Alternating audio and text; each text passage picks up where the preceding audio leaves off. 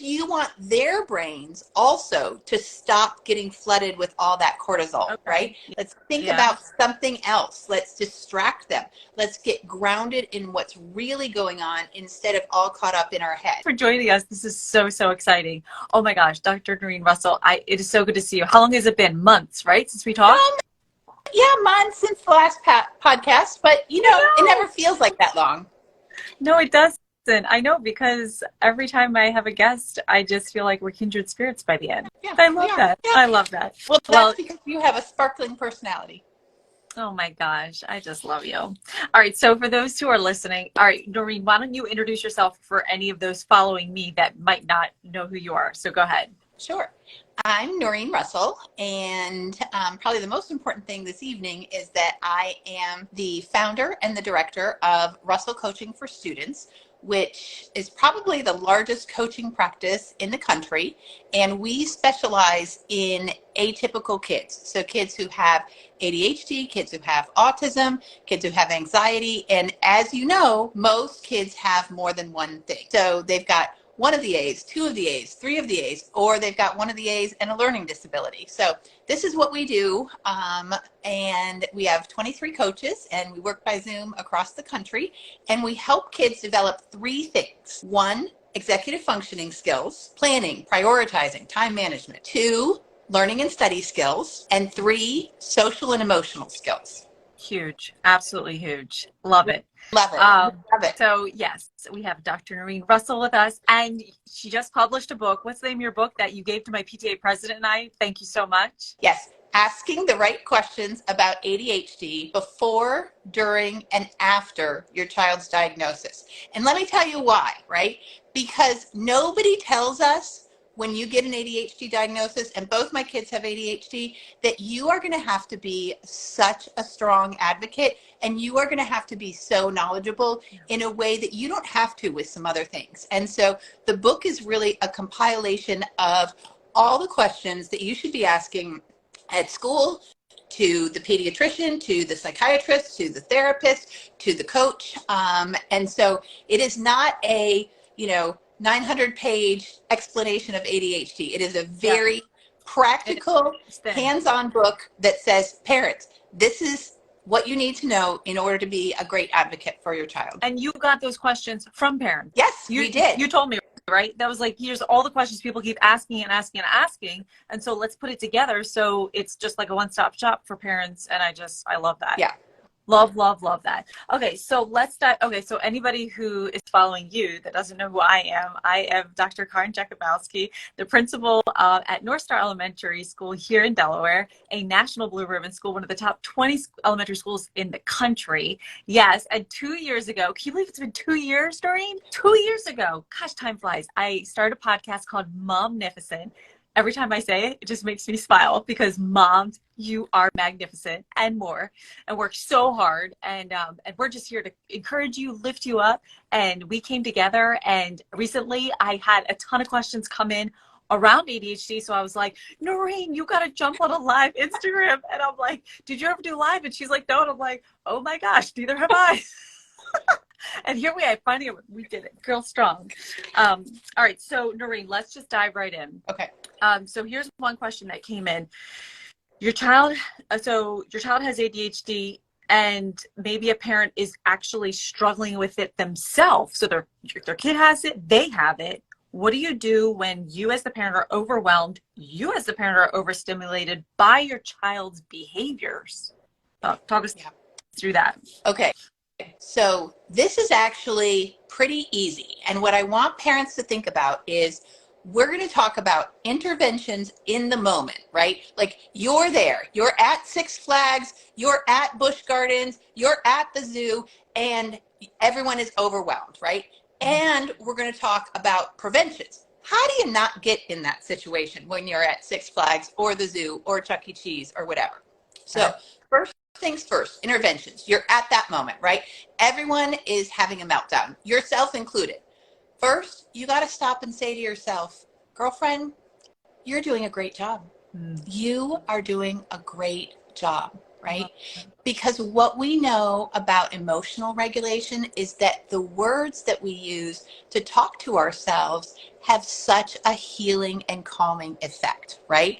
So, got to stop. We got to say, Norrine, this feels like you're not doing a good job because things are not going the way you want them to go. But actually, you're doing a great job and you are doing an amazing job.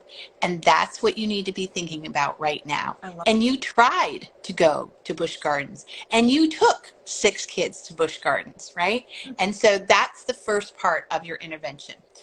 The second part of your intervention when you're in that moment is you've got to get some space, okay? So whether it's, you know, whoever else is with you, a co-parent, a friend, you've got to get some space. I am famous in Tampa for saying in my parenting presentations, go to the bathroom and go to the bathroom for quite some time, right? So go to the bathroom, but not breathe with your kid. No.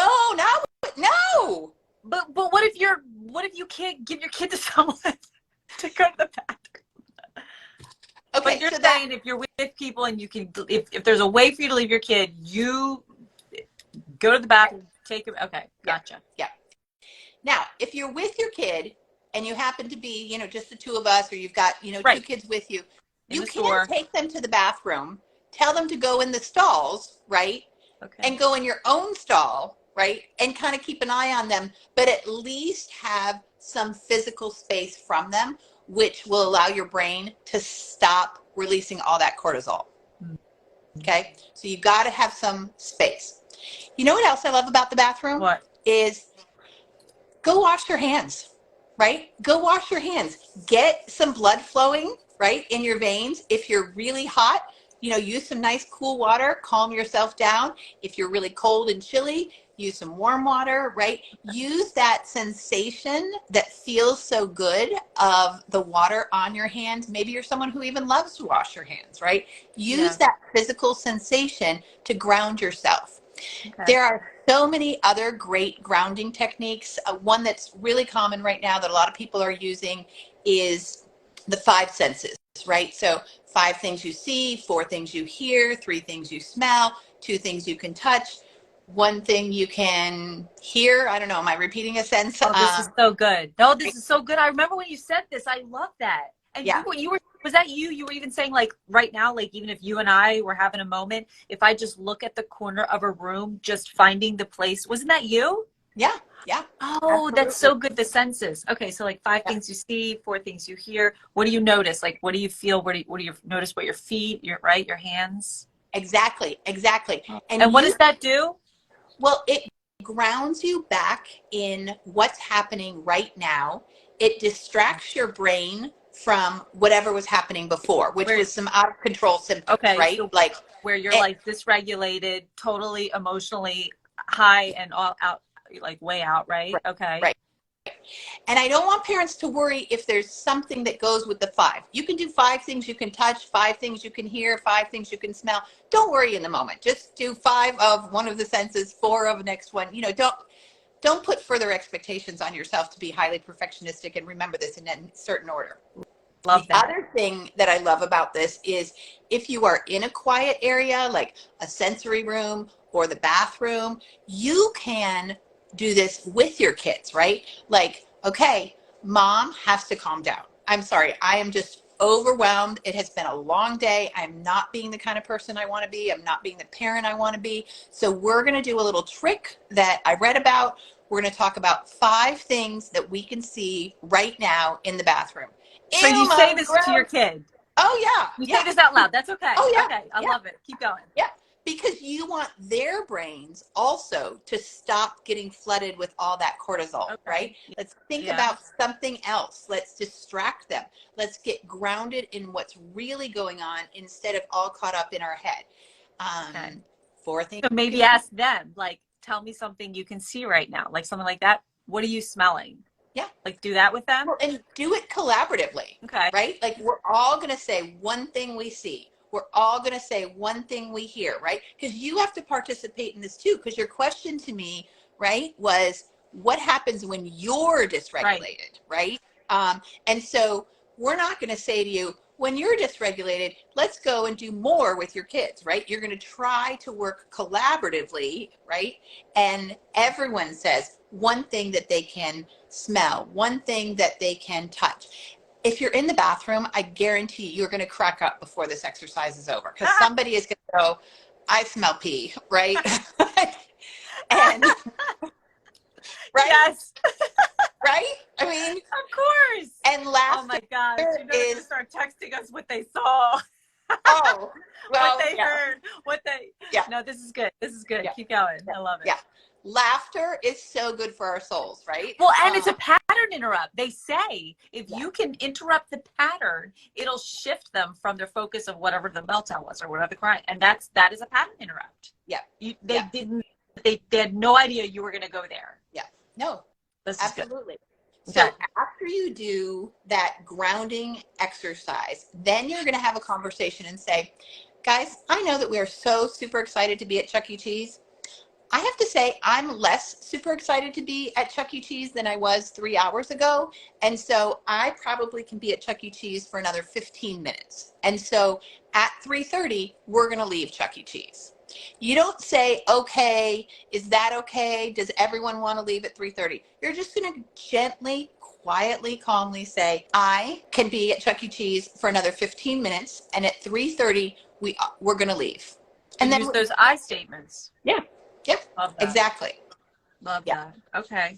Because so many times we do like, oh, but my kid, like we do so many things around our kids, right? But you're saying, wait a second, parent. You say, you take control and you share what you're able to do, and that's what you're going with. Yeah. Because sometimes I bet as parents, we sit there and we're like, oh, I'm not feeling comfortable, but I'll do it for my kids, right? And then we like elongate it for them, where in reality, we're not taking care of ourselves first, which is kind of what I hear you saying, right?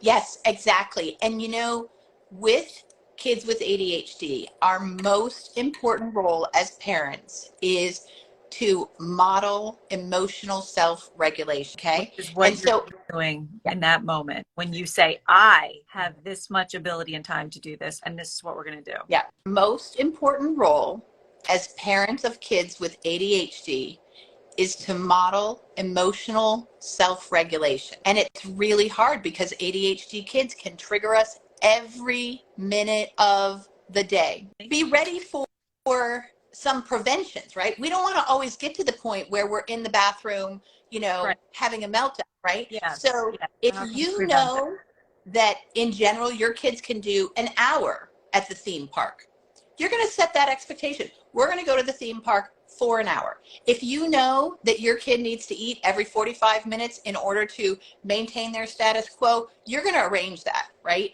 Like, and so we're going to think ahead and not just walk out the door and say, oh, we're going to the zoo today, right? You're going to think about, what do I need as a mom? What do my kids need to be able to emotionally self-regulate? You're going to prepare and plan that, and then you're going to walk the kids through that. So we're off to the zoo for, you know, probably about 3 hours. I have these snacks for you.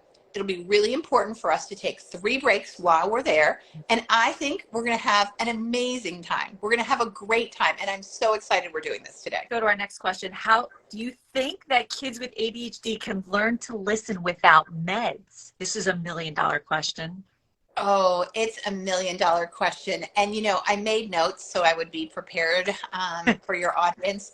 And really what I want to say to people with all respect and empathy is possibly, slowly, over years. What we actually need to change that question to is, how can we as parents teach ourselves to listen to our ADHD kids? Oh, okay. I know.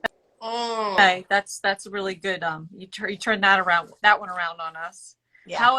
How we as parents can really listen to our kids. Yeah.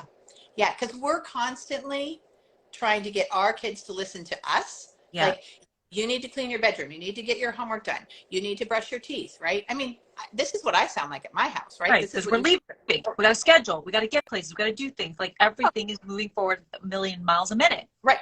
Right. So we have to totally turn that on its head and say, how can we as parents listen to our kids, right? And so when our kids don't listen to us in those situations, they're basically telling us their brain is in overdrive and they can't remember 5 things. And so that's what we need to listen to. It's not that they won't, it's that they can't. So what do we do? Okay, so let's go back to basics. First, one thing at a time. If you know that you're in that beautiful stage of latency, like late elementary school, and your kid is on it, right? You might get to 3 or 4 things. Cherish the moment, right? Because as soon as those puberty hormones hit, you're not even going to have one thing that they can remember.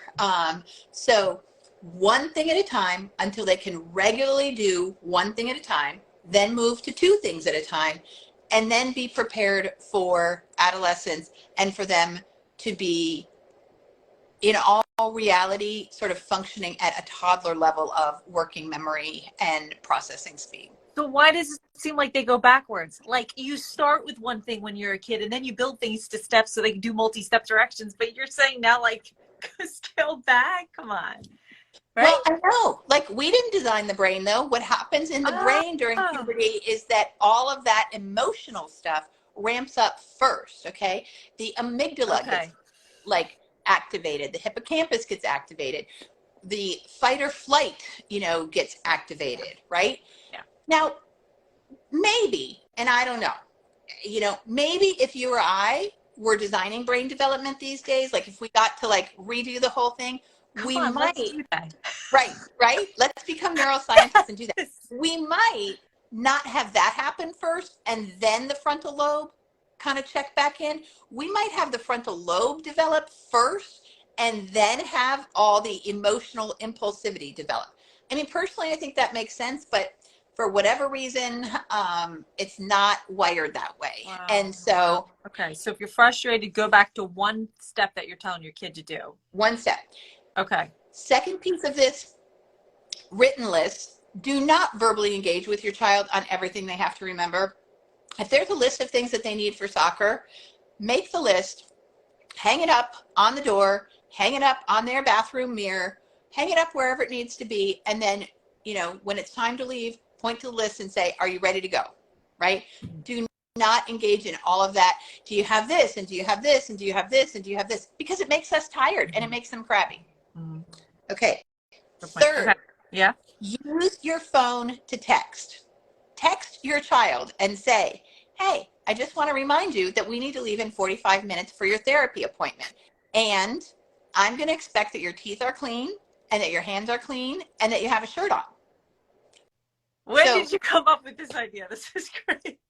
I love this because often I'm like running in and out of the house, right? So I'm not always home, like, because I have an office, right? But I'm like, okay, I got to run home, pick this one up, but he's got to be ready, right? Like you got to have your water, you got to have a clean t-shirt on, and we got to be ready to go out the door. I can't come home and spend 45 minutes transitioning. Number 1, number 2, number 3. Wait, how old are your kids again that you do this with? Oh, 13 and 14 and a half. And there is just, it's all hormones. It's don't they ever get upset with you and they're like, Mom, quit texting me? Or they're just kind of okay with it? I just am like super dry about it. I'm like, type C to confirm, like the hair salon does. That's awesome. I love it. And they do it. My son, who's kind of into the military, will be like, copy. Okay, Roger that. Roger. Well, how long have you been doing this with your kids? Like years. Because for a long time, for a long time I worked in the evening, right? And so I wasn't always home in the evening. And so I would text them things I wanted them to know or text them things that they had to get ready or whatever. And, I don't really make a big deal out of it. I'm like, remember that your lunchbox needs to get cleaned out. Please type C to confirm. Right. You probably have all things copied in your notes and you just like send it over. But what I love about it, right, is that our ADHD kids can be so prone to self-blame, to self-criticism.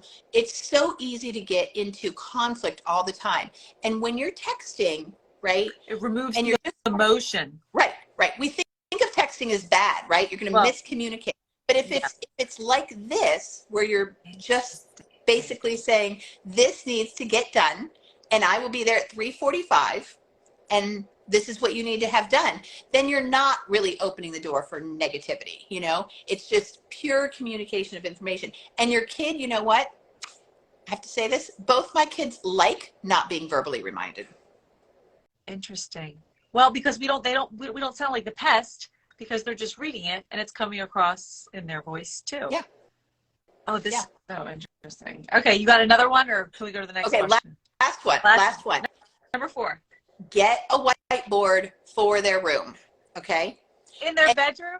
In their bedroom. Yes, okay, of course. All right, tell me more. Okay, so in our coaching practice, every single child that we work with, and we work with, upper elementary through college, they are all required to have a whiteboard hanging in their room. Awesome. Now, they use them differently, right? Yeah. Some kids have inspirational messages up there. Some kids have the 3 most important things I need to do this week, or, my most important goal, or whatever. But again, it's an easy way to make sure there's a visual display of information without you nagging. I just spoke actually at the International Dyslexia Association down in Dallas. And, so I felt like I had to kind of brush up because I'm not an expert in dyslexia. But what I've learned is that visual display of information and not just the auditory is so helpful for everyone, but especially for everyone, right? Well, you know what? So at school the other day, there was this kid, oh my gosh. And he grabbed this other kid and they were horsing around, and I was just standing and they didn't see me. And then they turned around and I literally gave them the evil eye, you know better. And you know what they said back to me? They actually whispered it because there was people around. They actually whispered back, "I'm sorry." But I didn't have to yell. I didn't have to use words. I literally just used those nonverbal cues, in a sense, like a picture. And they got it. They got it. They got it so clear. So anyway, that's another example. You don't always have to verbally. No. Usually get some more upset anyway. What's that? We talk way too much to our kids. And the other thing we do is we expect them to respond like adults, right? So I've watched parents with their kids and they'll be like, okay, so Mason, this is why you're going to have a coach. You're going to have a coach because I'm tired of nagging you about school. And the coach is the professional and she's going to really help you. And so we think this is going to be really good for you. And you said you were open to help. And so we're going to get you a coach. And they get that blank stare, right, of the middle school or high school. So they keep going, right? Because they have this irrational expectation that at some point, Mason, their 15-year-old, is going to go, gosh, Mom, that is so thoughtful and kind of you. And I really appreciate that you're going to get me a coach, right? And so why did we think of this earlier? Right? I say to parents, say it once and leave the room. Do not expect that this is going to be a dialogue. Do not wait for them to say something. Their processing speed is slow during adolescence. Let them chomp away on it. In 2 days, say, hey, so, I think we're going to be ready to start with the coach next week. Leave the room. Wow. Okay. Not everything has to be over-explained, over-dialogued. You're not always going to have their buy-in. That's okay, right? But we have to understand that the adolescent brain, the processing is slow. And we don't want to invite that impulsive emotional reaction by standing there and repeating ourselves 3 times. I mean, Karin, if you repeated yourself to me 3 times, I'd be like, I'm not coming on your show again. Norrine, number 1. Right, because you feel like an idiot. Yes. You feel like, yes, you do. You think I'm stupid. Right. And it's like those subtle cues that we're giving them without even saying it. And then they're translating all of this on top of the overload 100-mile-an-hour racing brain that their brains are doing. All right, so ADHD, whether you can learn to listen without your meds, really the question is, as a parent, how can we be, so give me one more example of how a parent right now listening could start listening better to their kids. What would you say? Right. So I would say talk less, first and foremost. Don't repeat things. Talk less, right? And then check for understanding. So an hour ago, I asked you to empty the dishwasher. I just want to make sure you understand that when I asked you to do that, I gave you a deadline of 4 p.m. What's your understanding of what you need to do between now and 4 p.m.? I don't know, right? Because she's inattentive. Did you say something? Yeah, I sure did. I sure did. I asked you to empty the dishwasher by 4 p.m. Tell me what you just heard. Duh, of course I heard you, right? But we know that that repetition, right, and the verbal restating of it kind of also increases the goal commitment, you know? And so every moment that you need to stop and check for understanding, like, do you get what we're going to do next? Do you get how homework is going to go this week, right? Do you get why we have to study for the AP final? Yeah, because if they understand why, that helps them in doing. Right. Stop telling them why. Ask them to tell you why, because then they have to think and respond, and then you know you have their attention or not. So someone's saying right now, my kid would say, so what? I don't want to. I'm doing X, Y, and Z now. How do you handle that? Yeah. So I totally get that you are playing Roblox on your tablet, and that is really fun. And honestly, if I were 12, I'd much rather be playing Roblox than emptying the dishwasher. So I get that. But all of us as human beings on the face of the planet also have jobs and responsibilities. So as long as the dishwasher is emptied by 4, you can have your tablet this evening. And then you know what? What am I going to say? And then leave the room. I did that video recently. I was like, mute yourself, mute yourself. Oh, yeah. Stop talking. Yeah. Can we please talk about the first question, because it's so vitally important. Go for it. And we already have such a mental health crisis in this country. I have all the questions written in different orders than I gave you. So tell the audience our question that you're going to answer. Okay. So I didn't write the question down because, I'm not in the and right. Yeah. But it was something along the lines of, what do I do when my child feels badly about themselves, when, their self-esteem is suffering because of ADHD?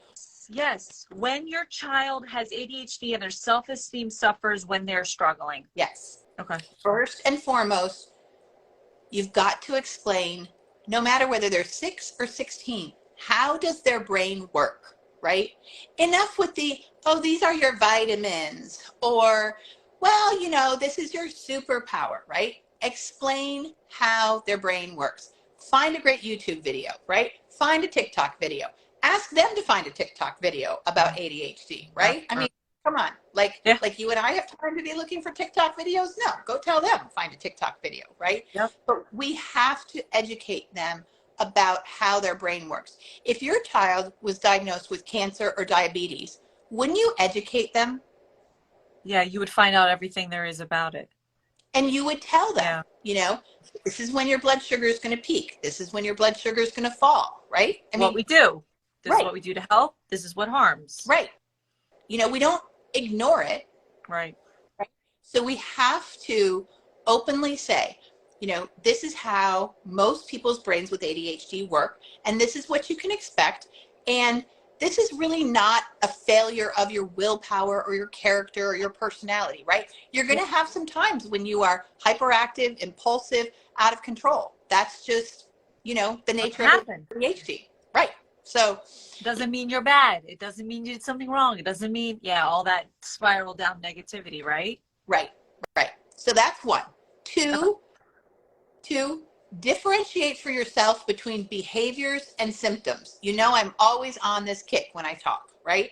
We call these things behaviors. But you know what a behavior is, right? Like what? A behavior is, I picked out my earrings today, right? A behavior is, I decided to put lip gloss on to come on Instagram Live, right?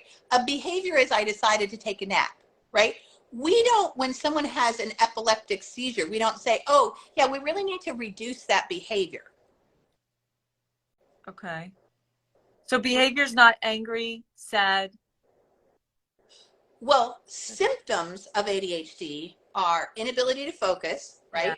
Hyperactivity and impulsivity. Those are not behaviors. Those are symptoms. And so when we change our mindset from, this child is choosing to behave like this, to, my child is suffering with symptoms right now, then we can approach it from a more empathic point of view. Does that make sense? Yes. Okay. Absolutely. 3, praise specific actions, okay? Praise specific actions, okay?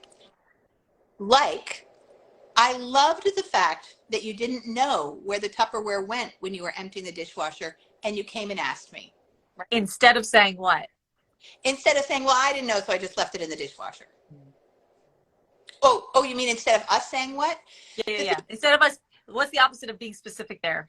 Well, we say these things like, you're so beautiful, you're so smart, like, you're so kind, right? But those sorts of global feedback statements don't really ring true for kids, and they don't really feel that, and it's not helpful. Right. It's Even just like for there's one and you're not the other. right. Well, and you're not telling them exactly what it is that they know specifically what you're talking about. Right. So when you Right. say, wow, you really took your time to carefully write your homework today, I really noticed that, they know, oh, wow, like that's specific. I took my time. I slowed down. I did it neatly. Yeah. I totally love that. Yes. And your emotionality level has to get ramped up to get their attention. Woo! You know? And I'm like the most quiet, introverted person, but if I need to get right. I know.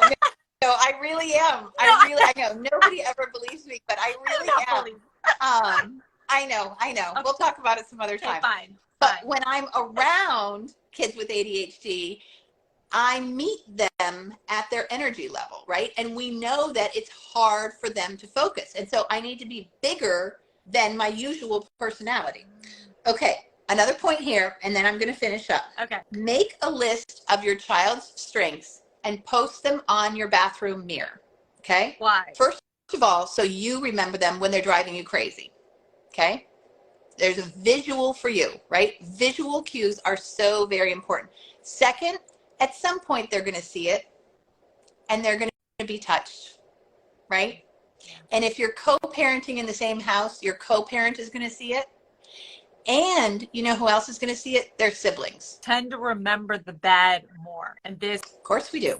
This helps put it right in the forefront of our face. Like, here are the really great things about your kid when they're really ticking you off. And your kid might even go and make their own list and keep it of themselves. That'd be so that. I love that.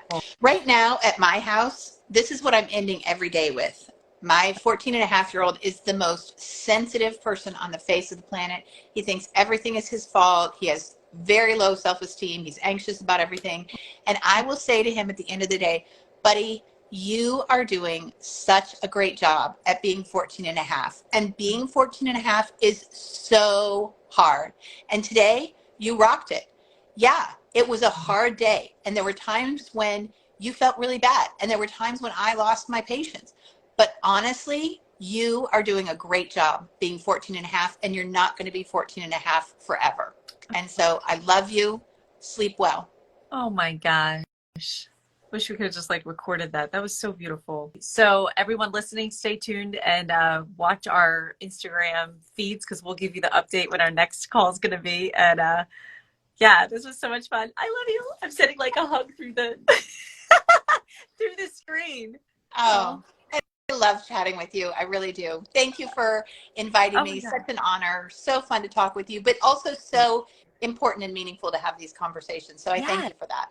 Yes, thank you so much. And I know all the parents listening with these questions now that I can answer them. And if they weren't able to capture it, I'm going to find a way to get it back to them. So yeah, that's huge. Thank you. And that's all we've got for this episode of the Momnificent podcast. If you enjoyed this episode, I would be honored if you would subscribe and rate if you really liked it. I know wherever you're listening right now, it might not be the best time to leave a comment, but feel free to leave a question, a review, or a comment at any time. And until next time, remember, don't worry, be happy.